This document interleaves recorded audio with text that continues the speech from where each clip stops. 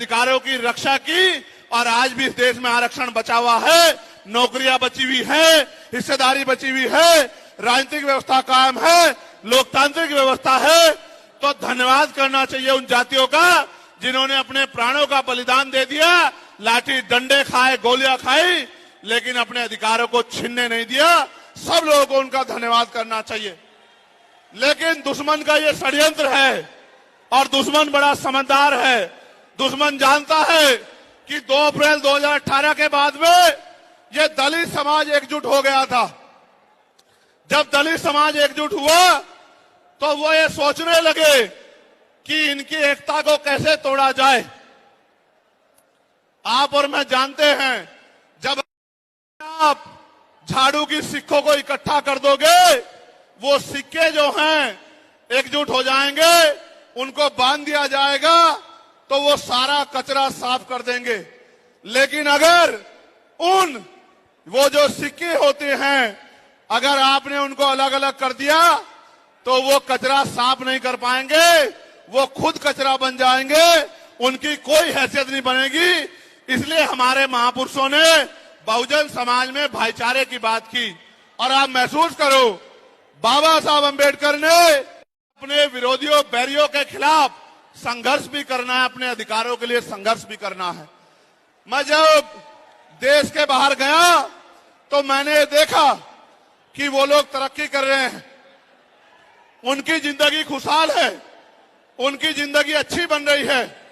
लेकिन उनकी जिंदगी तो अच्छी बन रही है, लेकिन 75 साल की आजादी के बाद आज भी भारत में 80% लोग ऐसे हैं जो रोटी कपड़ा मकान से वंचित हैं, जिनको इज्जत की जिंदगी नहीं मिल रही। तो मैं ये देख रहा था, मुझे बड़ी खुशी हो रही थी। लेकिन जब मैं भारत की तरफ देखता हूं तो बड़ी निराशा हाथ लगती है। फिर ये महसूस करता हूं कि आज जो कुछ हमारे पास है वो हमारे महान पुरुषों की संघर्ष की वजह से है। अगर हमारे महान पुरुष संघर्ष नहीं करते तो जो आज हमें मिला है ये भी हमें किसी कीमत पे नहीं मिलता। आप जानते हैं, हमेशा आरक्षण के खिलाफ, चाहे सुप्रीम कोर्ट हो या मनुवादी दल हो, सब लोगों ने आरक्षण को समाप्त करवाने के लिए एड़ी चोटी के जोर लगा दिए। और इसका सबसे बड़ा हमला इस पे कब हुआ, जब 10% EWS लागू हुआ। मुझे माफी चाहते हुए कहना है कि हमारे दलों ने भी हाथ उठा के, जो हमारे पूर्व के दल थे, उनका समर्थन किया, जबकि वो आरक्षण पे सबसे बड़ा हमला था। अगर उसी दिन हम लोगों ने सड़कों पे निकल के अपनी आवाज को उठाया होता तो किसी की मां ने दूध नहीं पिलाया होता कि वो दोबारा आरक्षण पे हमला करने के बारे में सोच लेता। ये भाजपा के लोग जो सत्ता में बैठे हैं, इन्होंने वोट तो आपसे हमसे ली धर्म के नाम पे, भाईचारे के नाम पे, लेकिन सत्ता में आके ये लोग अपने लोगों का काम करने लगे, अपने महापुरुषों की विचारधारा को आगे बढ़ाने लगे। और हम लोग रोटी रोटी के लिए मोहताज लोग, जुल्म जाति के शिकार लोग, परेशानी की जिंदगी जीने लगे। मैं चाहता हूं कि जो जिंदगी हमारे लोग ऑस्ट्रेलिया में जी रहे हैं, ऑस्ट्रिया में जी रहे हैं, इटली में जी रहे हैं, यूरोप में जी रहे हैं, पूरे अमेरिका में जी रहे हैं, कनाडा में जी रहे हैं, इंग्लैंड में जी रहे हैं, ऐसी जिंदगी की व्यवस्था भारत में भी हो। लेकिन ये तभी संभव है जब राजनीतिक शक्ति हमारे पास हो।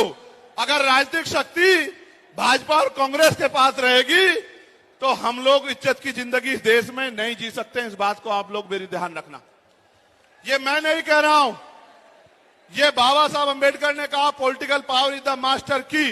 राजनीतिक सत्ता वो चाबी है जो आपकी सारी परेशानियों का हल कर देगी। और राजनीतिक सत्ता जिनके पास है, उनके लोग हजारों हजारों करोड़ रुपए लेके भाग जाते। उनके लोग, उनके पूंजीपतियों के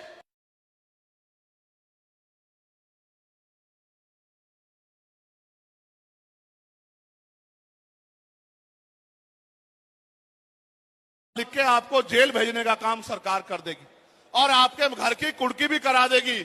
आप किसानों का, मजदूरों का हाल देख लो, आप नौजवानों का हाल देख लो, इस देश में क्या है। तो हमारी सबसे बड़ी मांग ये है, आप समर्थन करके बताना कि आप इस पे सहमत हो या नहीं हो। बताओ, जातिवार जनगणना होनी चाहिए नहीं होनी चाहिए? एक सुर में बताओ, होनी चाहिए नहीं होनी चाहिए?